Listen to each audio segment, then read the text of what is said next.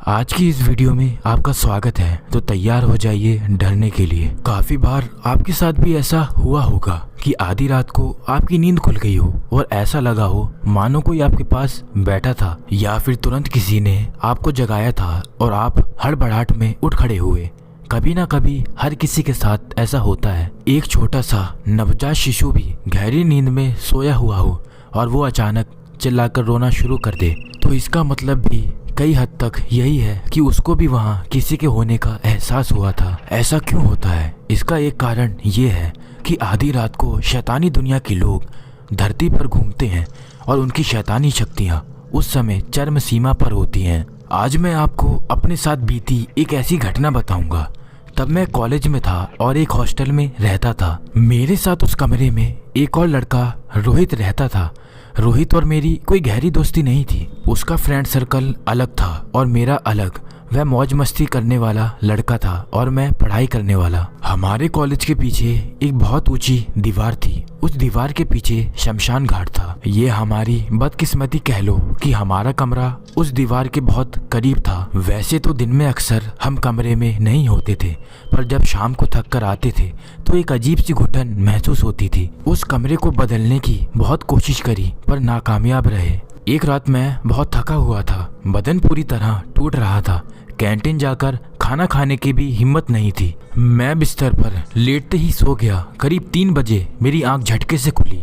मुझे ऐसा लगा जैसे कोई मेरे पास बैठा हुआ था और मुझे उठाने का प्रयास कर रहा था। मैं हड़बड़ाकर उठ गया और कमरे में इधर उधर देखने लगा, पर मुझे कोई भी दिखाई नहीं दिया। मेरा दोस्त आराम से अपने बिस्तर पर सो रहा था। मुझे बहुत अजीब सा महसूस हो रहा था। मैंने फिर लेटने की कोशिश की, पर उसके बाद मुझे नींद नहीं आई। सुबह मैंने अपने दोस्त रोहित को इस बारे में बताया तो वह हंसने लगा। हर समय किताबी कीड़ा बना रहता है, इसलिए तेरा दिमाग खराब हो गया है। तभी कहता हूँ मेरे साथ थोड़ा बाहर चलाकर थोड़ी मस्ती कर लिया कर, दिमाग थोड़ा शांत रहेगा। रोहित ने भले ही मेरी इस बात को हवा में उड़ा दिया, पर मुझे एक अजीब सा वहम हो गया। मुझे पूरा यकीन था कि जिस समय मेरी आंख खुली उस समय कोई मेरे पास मौजूद था और मुझे उठा रहा था। अगली रात मैं थोड़ा देर तक पढ़ाई कर रहा था। फिर जब आंखों में नींद भर आई तो मैं जाकर सो गया। क्योंकि अगला दिन रविवार का था, इसलिए रोहित उस समय तक कमरे में आया ही नहीं था। वह अपने दोस्तों के साथ मौज मस्ती कर रहा था। मुझे ना चाहते हुए भी बिना दरवाजे पर कुंडी लगाए सोना पड़ा। फिर मैं बहुत गहरी नींद में था कि अचानक मुझे ऐसा लगा कि कोई मुझे जोर जोर से हिला रहा है और उठने को कह रहा है। मैं फिर से हड़बड़ाकर उठ गया। मेरा पूरा शरीर पसीने से भीगा हुआ था। हाथ पैर कुछ मिनट के लिए सुन्न पड़ गए थे। तभी अचानक दरवाजा खुला और रोहित अंदर आया। मुझे उठा देख वह थोड़ा आश्चर्यचकित हो गया। फिर से उसने मेरी हालत देखी और बोला, ओ भाई, फिर से वही सपना देखा क्या? तुझे कितनी बार कहा है कि अपने दिमाग को थोड़ा आराम दिया कर, कहीं घूम फिर लिया कर, पर तू मेरी बात मानता कहाँ है? मैंने उसे गुस्से से देखते हुए कहा, तू भी तो मेरी बात नहीं मान रहा है। मैं कह रहा हूँ ना कि कोई है जो मुझे आधी रात को उठाता है। अच्छा चल, तेरी बात मान ली, कल तू मेरी जगह सोएगा और मैं तेरी जगह। मुझे पता है कि तुझे खिड़की के पास सोना बहुत पसंद है, ठंडी हवा जो आती है यहाँ से। पर कुछ दिन के लिए एक्सपेरिमेंट करते हैं। ऐसा करने से तेरा शक दूर हो पाएगा। बोल, मंजूर है? मैंने कुछ देर सोचा और फिर इस एक्सपेरिमेंट के लिए हाँ कर दी। मुझे भी ऐसा लगा कि शायद इस जगह में ही कोई दिक्कत है। अगले दिन रोहित मेरी जगह पर सो गया। सुबह हुई और वह अंगड़ाई लेते हुए उठा और हंसते हुए मुझे देखकर बोला, ले भाई, मैं तो यहाँ बहुत आराम से सोया, मुझे तो किसी ने नहीं उठाया। अब तू खुद समझ ले कि ये तेरा वहम है या तो फिर तुझे कोई बुरा सपना आता है। मुझे भी लगने लगा कि रोहित की बात सच है। ये शायद मेरा वहम ही होगा या फिर सच में मुझे कोई बुरा सपना आता है। फिर भी हमने तय किया कि रोहित अभी कुछ दिन और मेरे बिस्तर पर सोएगा। 3-4 दिन बीत गए। रोहित बहुत आराम से वहाँ सोता था। उसे तो जैसे वह जगह बहुत अच्छी लगने लगी। एक रात मैं बाथरूम जाने के लिए उठा तो मैंने देखा कि रोहित उठकर दरवाजा खोल बाहर जा रहा है। मुझे उसकी ये हरकत कुछ अजीब लगी, क्योंकि जहाँ तक मैं रोहित को जानता था वह एक बार जो सोता था तो सुबह ही उठता था। उसकी नींद बहुत गहरी होती थी। मैंने कुछ सोचा और फिर रोहित का पीछा करना शुरू किया। मैं उसके पीछे पीछे चलने लगा। देखते ही देखते वह शमशान के दरवाजे के पास आकर रुक गया। मैं हैरान हो गया कि वह ये क्या कर रहा है। इससे पहले कि मैं उसे आवाज देकर रोक पाता, वह दरवाजा अपने आप खुल गया और रोहित अंदर चला गया। रोहित की चाल ढाल से ऐसा प्रतीत हो रहा था कि वह ये सब कुछ नींद में कर रहा है। मैं अंदर घुस पाता इससे पहले शमशान का गेट बंद हो गया। अब मुझे बाहर खड़े होकर रोहित का इंतजार करना था, पर बिना ये जाने कि अंदर क्या हो रहा है मुझे चैन नहीं पड़ रहा था। कहीं ऐसा ना हो कि रोहित किसी मुसीबत में फंस जाए। मैं शमशान के पीछे वाली दीवार की तरफ बढ़ा क्योंकि वह ऊंचाई में छोटी थी। वहां पहुंचकर मैंने कुछ बड़े बड़े पत्थर रखे और उनके सहारे दीवार पर चढ़ गया। इससे पहले कि मैं अंदर कूदता मुझे एक ऐसा मंजर दिखाई दिया कि मैं हैरान रह गया। मैंने वहाँ बहुत सारे अजीब से दिखने वाले लोग देखे। वह सब लोग दिखने में बहुत विशालकाय थे।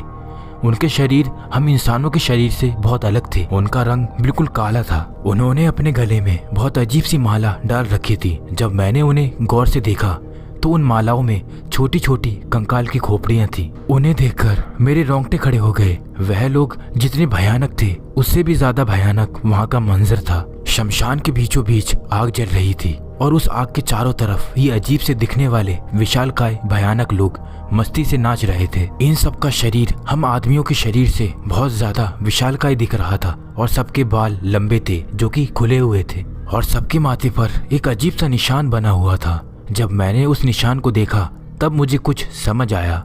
ऐसा ही एक निशान मैंने एक किताब में पढ़ते वक्त देखा था। वह किताब शैतानी आत्माओं पर थी। अब मुझे ये समझते देर नहीं लगी कि ये लोग आम इंसान नहीं थे, ये सब शैतान थे और मेरा दोस्त रोहित उस समय शैतानों की दुनिया में पहुंच गया था। रोहित वहां जाकर एक पत्थर पर चुपचाप बैठ गया।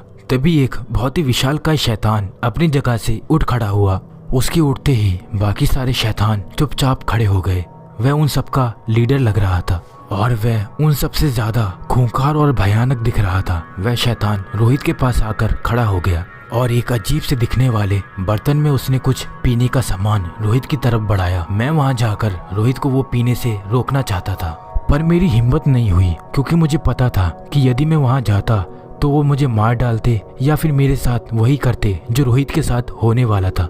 रोहित ने वह सामान पी लिया। उसके वह सामान पीते ही सब शैतान जोर जोर से जय जयकार करने लगे। सब एक अजीब तरीके का नृत्य कर रहे थे।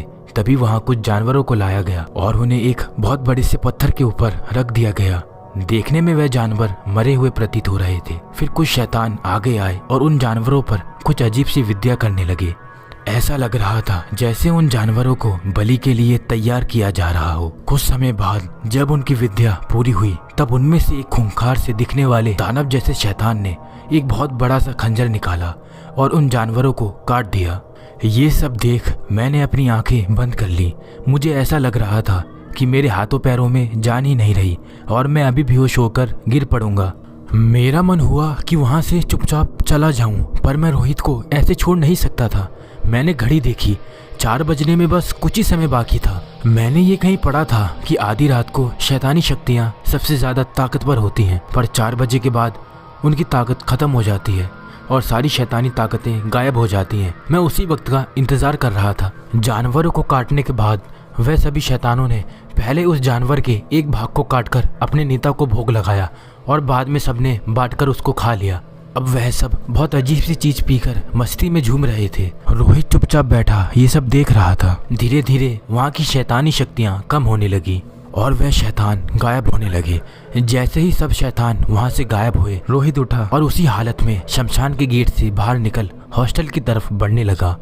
मैं भी उसके पीछे पीछे चल दिया। अगले दिन सुबह रोहित बहुत देर तक सोता रहा। मैं उसे छोड़कर जाना नहीं चाहता था, इसलिए मैंने भी वहीं रुककर उसके उठने का इंतजार किया। जब वह उठा तो मुझे देख हैरान हो गया। तू यहाँ क्यों बैठा है और मुझे जगाया क्यों नहीं? आज मेरा बहुत इंपॉर्टेंट लेक्चर था। मैंने थोड़ा डरते हुए पूछा। तू ठीक है ना मेरे भाई? तुझे कुछ तकलीफ तो नहीं है?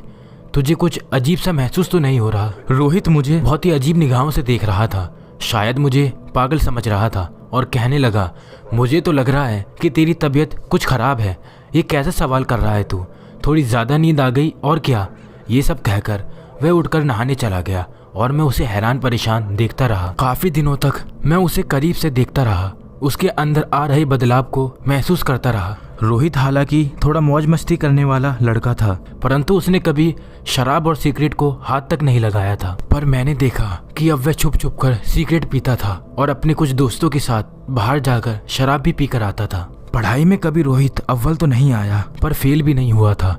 पर अब पढ़ाई से वो दिल चुराने लगा था। अब वह सारा दिन कुछ आवारा लड़कों के साथ कॉलेज के बाहर ही घूमता रहता था। कुछ समय बाद मैंने अपना कमरा बदलवा लिया। रोहित ने भी वह कमरा छोड़ दिया, हालांकि उसने हॉस्टल ही छोड़ दिया। अब वह अपने कुछ आवारा दोस्तों के साथ कॉलेज से बाहर किसी और जगह रहने लगा। मेरा रोहित से संपर्क टूट गया। अब सवाल ये उठता है, आखिर रोहित में ये सब बदलाव क्यों आए? उस दिन रोहित ने उन शैतानों की दुनिया में कदम रखा था और उसके बाद से उसके मन में भी शैतानी जागृत हो गई। हमारी दुनिया में दो किस्म के लोग होते हैं, कुछ जो अपने उसूलों के पक्के होते हैं और कोई भी गलत काम नहीं करते और ना करने देते हैं। पर कुछ ऐसे भी इंसान होते हैं जो किसी का बुरा करके अपना भला करने से पीछे नहीं हटते, जो हर वो काम अपनाते हैं जो शैतान का होता है। रोहित का मन पहले से ही भटका हुआ था। उस रात उन ताकतों के आगे वह झुक गया और उसका भटका हुआ मन उठ के उसके पीछे चल पड़ा। हम इंसानों में अच्छाई और बुराई दोनों होती है। ये हमारे मन पर निर्भर करता है कि हम अपनी कौन सी खासियत को उगा कर रखना चाहते हैं।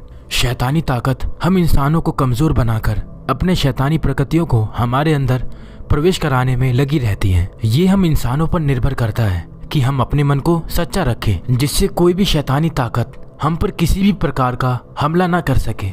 यदि वे ऐसा कुछ करने की कोशिश करें तो हमारे सच्चे मन के आगे उनकी ताकत कमजोर पड़ जाए। दोस्तों, एक छोटी सी रिक्वेस्ट है, अगर वीडियो अच्छी लगी तो वीडियो को लाइक एंड चैनल को सब्सक्राइब जरूर कर लें।